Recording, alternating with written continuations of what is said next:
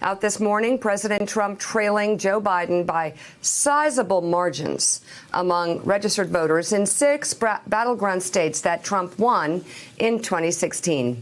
According to the latest New York Times Siena College poll out this morning, Biden is up 11 points in Michigan, 47% to Trump's 36%. Biden is also up 11 points in, wait for it, Wisconsin, 49 to 38. The latest Marquette Law School poll also has Biden up in that state by 8 points in that poll.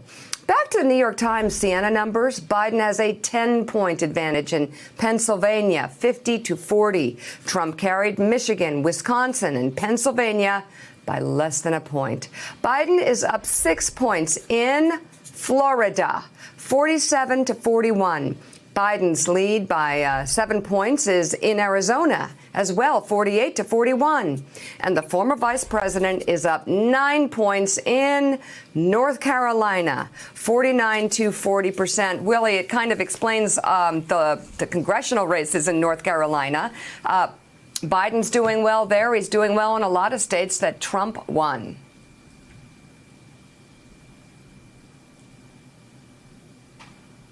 Oh, sorry. Is that me? Yeah. I mean, you've looked through these states. We've focused on these national polls that have shown 14-point spreads, 12-point spreads, 10-point spreads. And those have been interesting for their crosstabs in how poorly the president is doing among women, among independents. You can tick through all those specific groups, but the polls that matter are the ones that you just tick through. And Sam Stein, if we go through, again, as Mika said, these are 6 states that President Trump won. He won many of them by extraordinarily narrow margins. It's the famous 77 votes across Michigan, Wisconsin, and Pennsylvania. Michigan, in particular, has to be of concern. That's a place where he won by only 10,000 votes. Wisconsin, he won in 2016 by 23,000 votes. Pennsylvania by 44,000 votes. He didn't have a margin for error to begin with, and these states now are starting to get away from him. Yeah, and like Joe, I don't think it's particularly complex to explain this all. I mean, people look at the tweets and the rhetoric and they point to that. But really, in the end, he's in the eyes of a lot of voters, he's failed at 2 very important dual governing crises. One is the medical crisis around coronavirus, and the second is handling the protests that have emanated from the George Floyd killing. Both of them have been objectively botched, if you at least judge the polls here. And so, you know, the question for Trump people now is how do you turn this around? You know, what can you do at this juncture to actually recoup some of the lost ground here? And honestly, they're doing exactly the wrong thing. They're completely doubling down on their rhetoric, dismissing the COVID cases. And Mike Pence last week was talking about no need to worry about a second wave. Well, we're still in the first wave, and that gives this aura that they're dismissing a crisis that people are feeling very tangibly in these critical states. I will say there's an even more ominous sign right underneath the surface of these polls, which is Trump actually still holds a fairly decent standing on the economy. I think they tested how voters feel about each candidate on the economy, and Trump did fairly well there.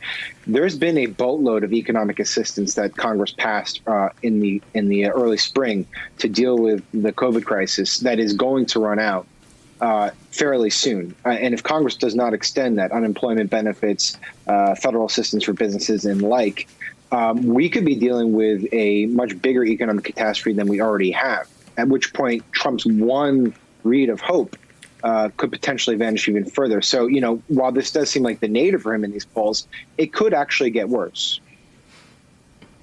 Joe, I'll save you our daily caveat that it's 4.5 months till the election. Everything could change, as the last 4.5 months have taught us. So we'll look at these polls, and they're interesting today.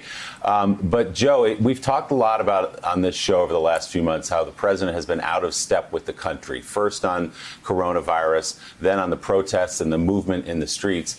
And again now, as we see these spikes in Florida, we see big spikes in California and Texas. The federal government under the Trump administration is pulling back funding for some testing sites. You had Vice President Pence calling around, talking to Republican senators yesterday, assuring them that they shouldn't worry about the numbers, that, yes, the cases are up, but mortality is down. They're trying to spin their way out of a public health crisis. You can't do that. Well, and again, we're seeing the effects of what happens to governors who are seen as responsible, whether you talk about a Republican Midwest governor from Ohio who has really high approval ratings, or a Democratic Midwest governor from Michigan who has very high approval ratings. But again, the president, you're right, Willie, he's isolating himself on every issue, 75-25 on the coronavirus. Remember that poll we showed about people wanting their kids to go back to school? Here's Governor DeWine's approval rating, 75% in Ohio, a state that Donald Trump is down by 1 in a recent poll and is struggling in a poll, a state that he won easily before.